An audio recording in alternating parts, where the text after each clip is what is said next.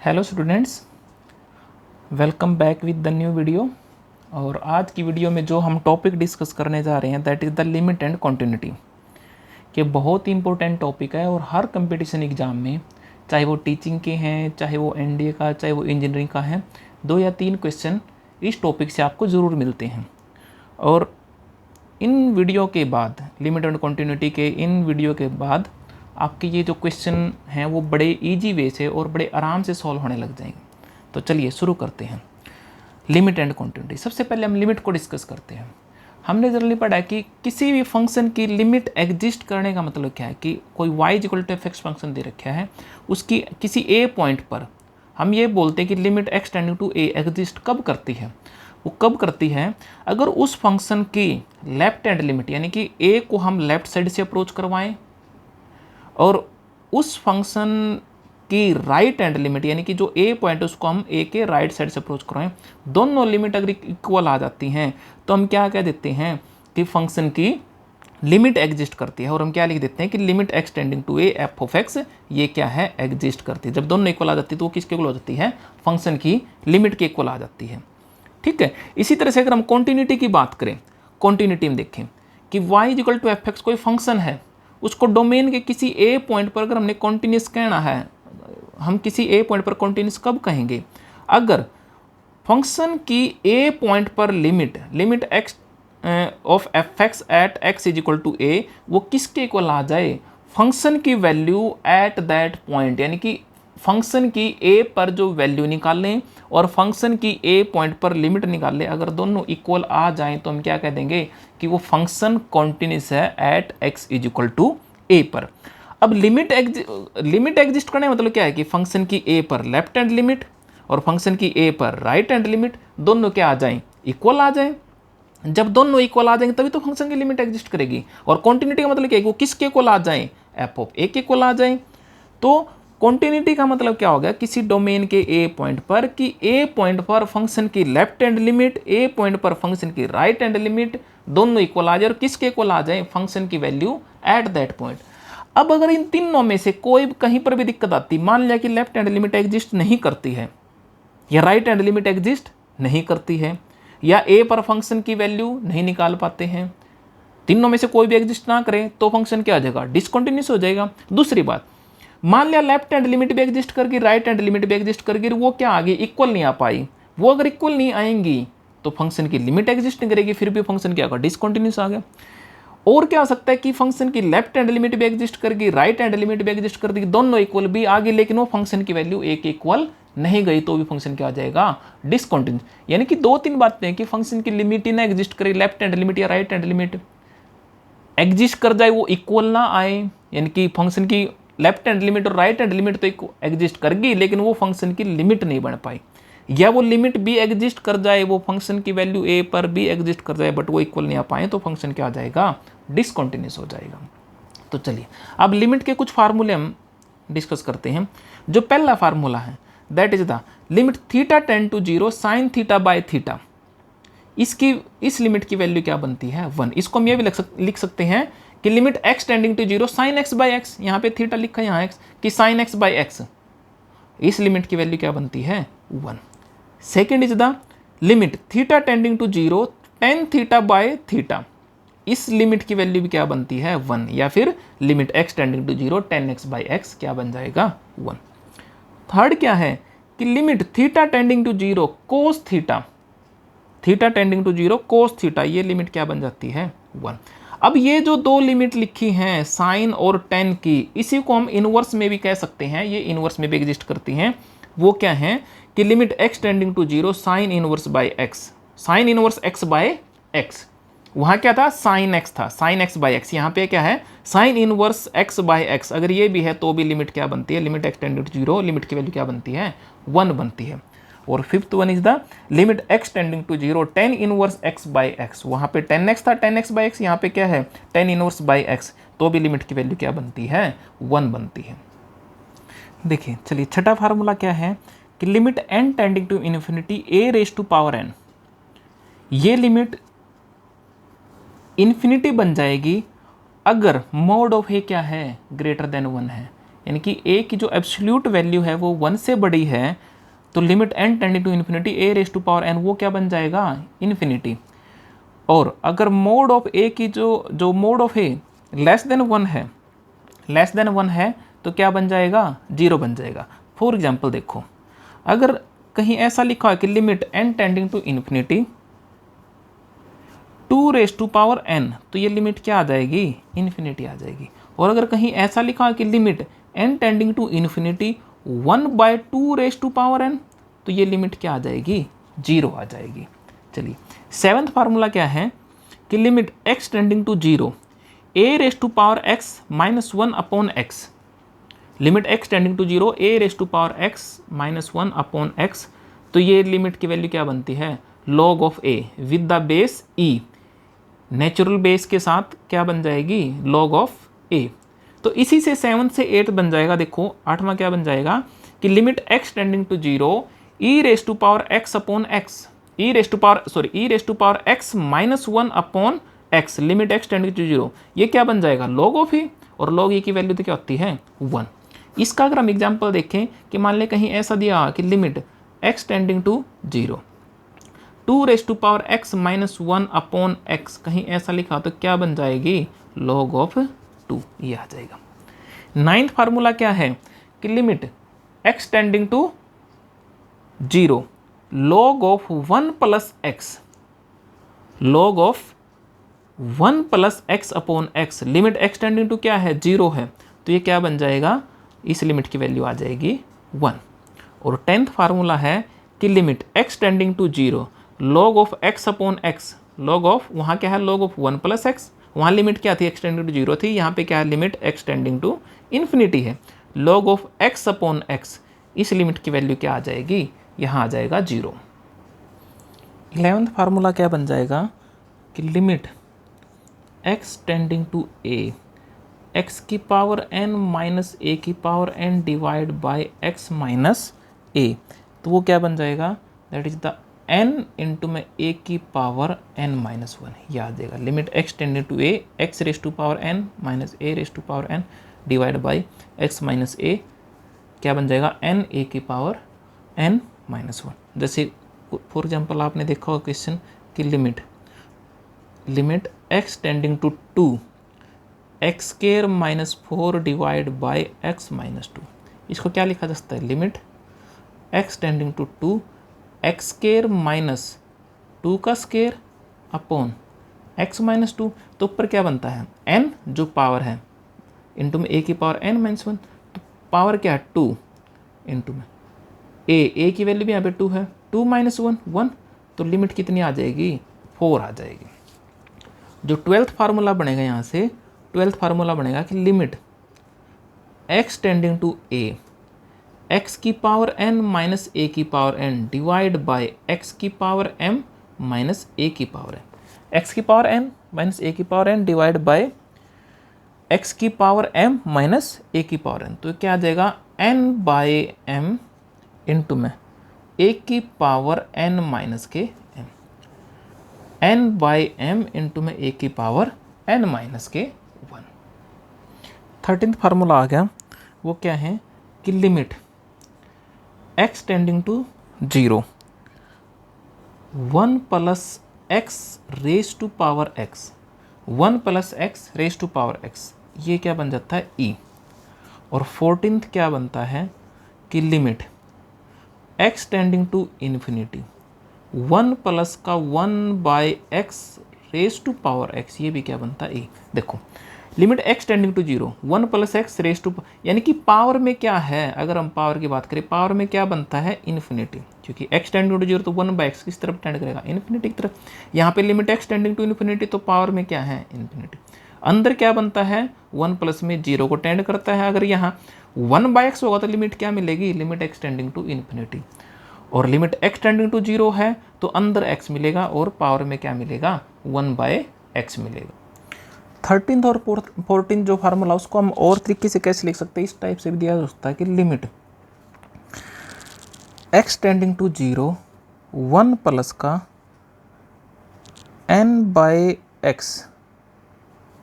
Raise to power x by n, वो क्या बन जाएगा ई।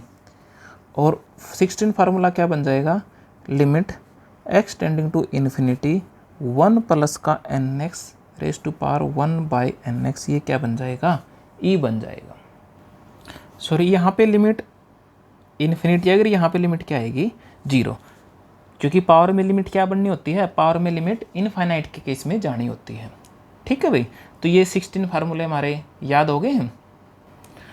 तो अब यहाँ पर जैसे यहाँ n है तो यहाँ पर भी n है, अगर यहाँ पे पावर में n ना दें, फॉर एग्जांपल जैसे इसको हम 17th की फॉर्म में क्या देख सकते हैं कि limit x tending to infinity, ठीक है, 1 प्लस का n by x raise to power x दे दे, यानी कि यहाँ तो n दे दिया लेकिन यहाँ नहीं दिया, ठीक है, लिमिट x टेंडिंग, तो ये क्या बन जाएगा, e raise to power n बन जाएगा। और ये 18th क्या बन जाएगा कि limit x tending to 0 1 plus का n x raise to power 1 by x, देखो यहाँ n आ गया लेकिन यहाँ नहीं आया, तो क्या बन जाएगा e की पावर n। देखो फॉर एग्जाम्पल एक क्वेश्चन दे दे कि limit x tending to infinity 1 plus का 2 by x raise to power x, limit x tending to क्या है, इन्फिनिटी, पावर में देखो इन्फिनिटी, यहाँ 2 आ गया। अब देखो यहाँ क्या था, n बाई एक्स, वहाँ क्या आता था x बाई n,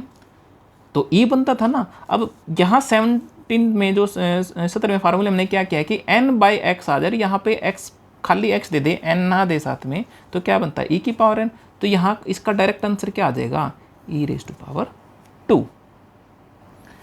चलिए एक और इम्पोर्टेंट रिजल्ट है, ये रिजल्ट क्या है कि अगर आपको ऐसा, ये भी इस पे भी डायरेक्ट क्वेश्चन पूछे जाते हैं कि अगर आपको ये रखे कि limit x tending to infinity, limit x tending to infinity a1 raise to power 1 by x plus a2 raise to power 1 by x plus a3 raise to power 1 by x plus so on plus an raise to power 1 by x upon n raise to power n x, तो इसकी limit क्या आती है, ये limit बनती है a1 into में a2 into में a3 इंटू में सो ऑन an। देखो a1 raise to power 1 by x plus a2 raise to power 1 by x plus a3 raise to power 1 by x plus so on an raise to power 1 by x, कितनी term है यहाँ पे, a1 से लेके n तक, जितनी term है वही नंबर नीचे nx, और पावर में क्या आ गया nx, पावर में क्या आ गया nx। तो यहाँ से देखो जितनी टर्म है वही नीचे और पावर में क्या है nx, अंदर जो है a1 a2 a3 x tending to क्या है इन्फिनिटी दे रखे हैं, x टेंडिंग टू इन्फिनिटी, तो 1 बाई एक्स किसको टेंड करेगा 0, यानी कि जो अंदर की जो टर्म है उनकी रेज टू पावर क्या जा रही है 0,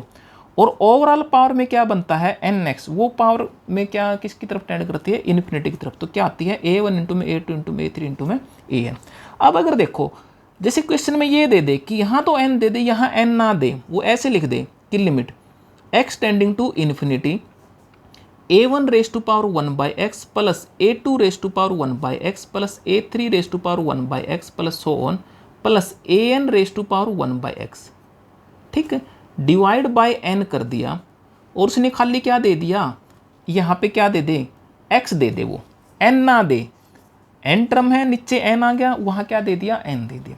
तो हम क्या करेंगे, हम n से मल्टीप्लाई करवा देंगे, n से डिवाइड करवा देंगे, ठीक है, n से मल्टीप्लाई n से डिवाइड का मतलब क्या है, अब जो ये n से मल्टीप्लाई करा n से डिवाइड करा, इसको कैसे लिख सकते हैं कि limit x tending to infinity a1 raise to power 1 by x plus a2 raise to power 1 by x plus so on an raise to power 1 by x divide by n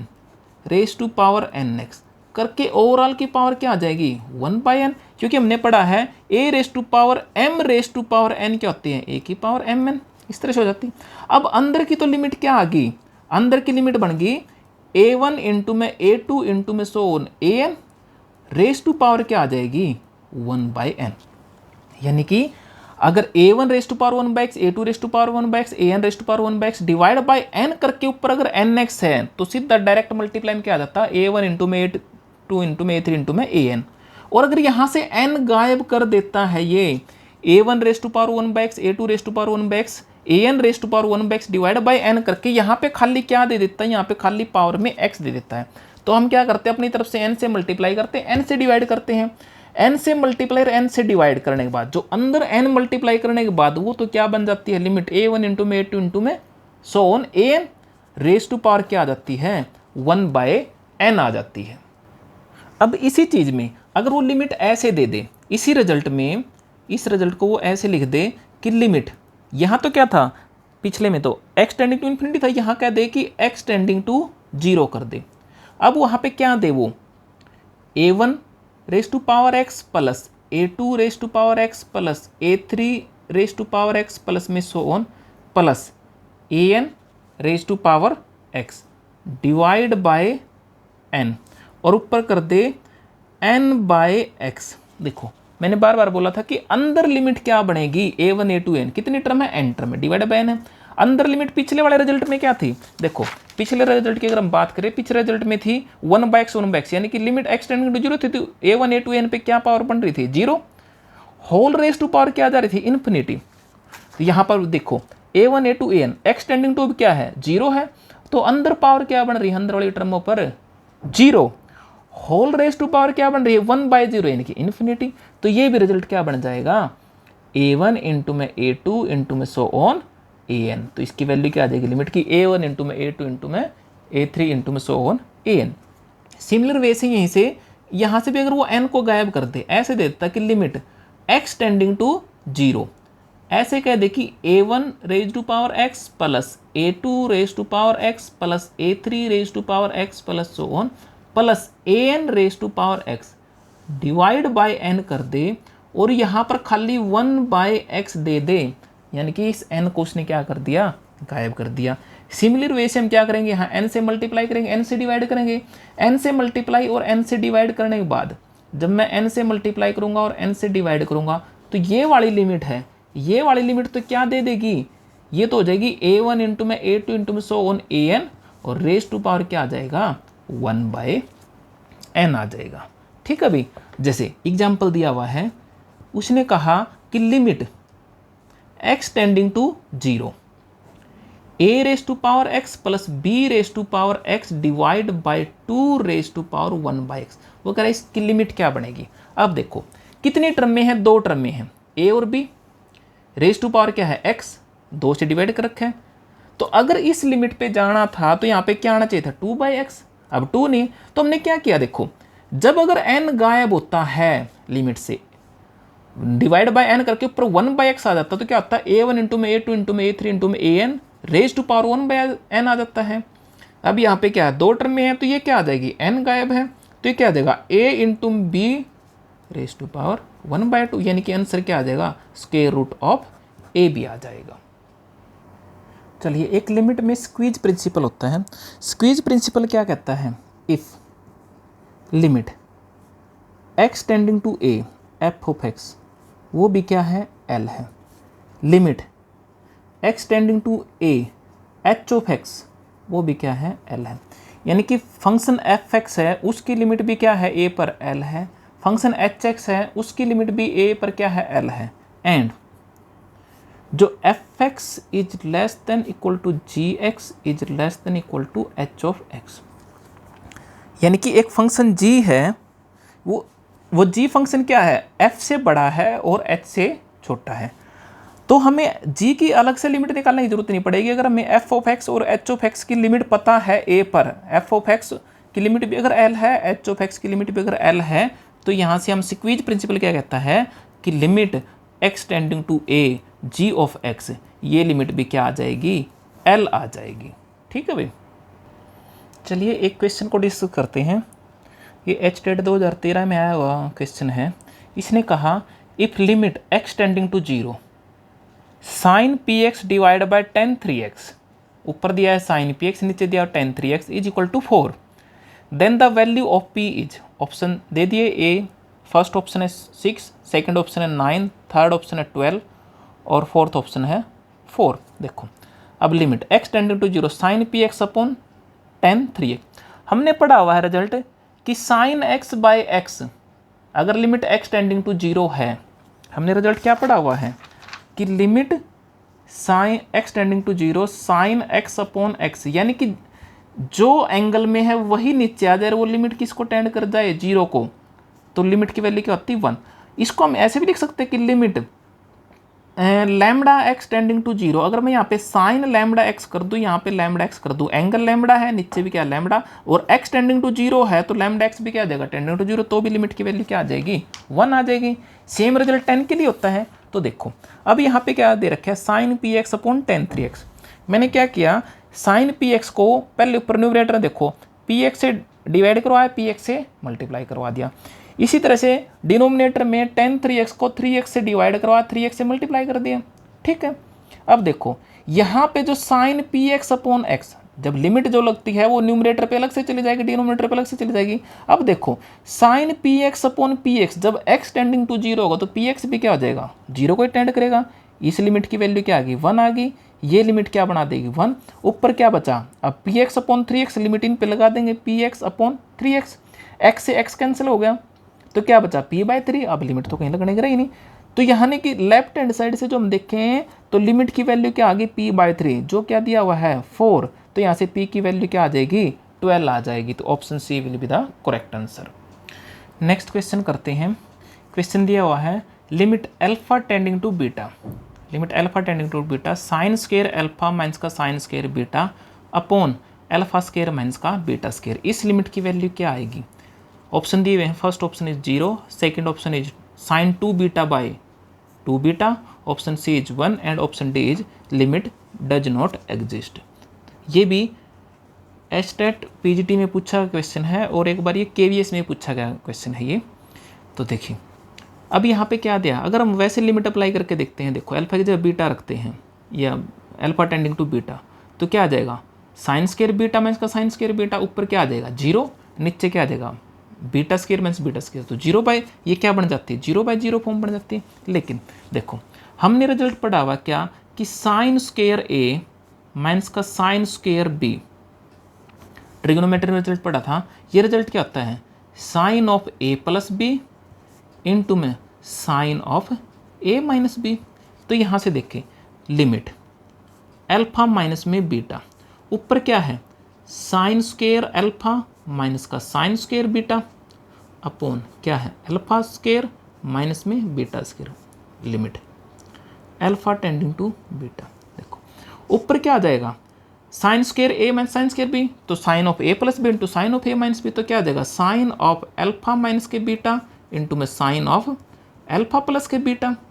ठीक है, और नीचे क्या आ जाएगा, नीचे देखो नीचे क्या है A square minus B square, तो क्या बन जाएगा A minus B A plus B alpha minus beta into में अल्फा प्लस बीटा। अब देखो दिया क्या है, अल्फा किसको अप्रोच करता है, बीटा को। जब अल्फा टेंड टू बीटा तो इसका मतलब क्या है, अल्फा माइनस में बीटा किसको टेंड करेगा, 0 को। अब यहाँ पे हम कैसे लिमिट अप्लाई करते हैं, limit alpha tending to beta क्या बन चुका है, alpha minus beta tending to 0, alpha minus में बीटा टेंडिंग टू 0। पहले पे तो क्या लिख दिया साइन ऑफ अल्फा माइनस के बीटा अपॉन अल्फा माइनस के बीटा, ये ले दिया क्योंकि प्रोडक्ट में कर लिए दो फंक्शन, प्रोडक्ट में लिमिट अलग अलग फंक्शन पे चली जाती है, प्रोडक्ट में चली जाती है लिमिट। और आगे क्या कर दिया limit alpha tending to beta sine of alpha plus beta upon alpha plus beta. जो दो फंक्शन थे यहाँ से प्रोडक्ट में थे इनको अलग अलग कर दिया। ठीक है, अब साइन ऑफ एंगल अपॉन वही एंगल, और वो एंगल किसको टेंड कर रहा है, 0 को टेंड करा, तो ये वाली लिमिट तो क्या बन जाएगी 1। और यहाँ पे लिमिट डालेंगे जब अल्फा टेंड टू बीटा आ जाएगा तो क्या आ जाएगा sine of beta plus beta upon यहाँ पे क्या आ जाएगा बीटा प्लस बीटा। तो लिमिट की वैल्यू क्या आ जाएगी 1 इंटू में sine of 2 beta upon 2 of beta. तो आंसर क्या आ जाएगा, बी ऑप्शन आ जाएगा। होप सो ये लिमिट और कंटिन्यूटी की वीडियो आपको अच्छी लगी होगी। इसी तरह के और फार्मूले और क्वेश्चंस के साथ हम और ज़्यादा वीडियो लेके आएंगे। आपको अगर ये वीडियो पसंद आई है तो इस वीडियो को लाइक करें, शेयर करें और मेरे चैनल को सब्सक्राइब करें। Thank you.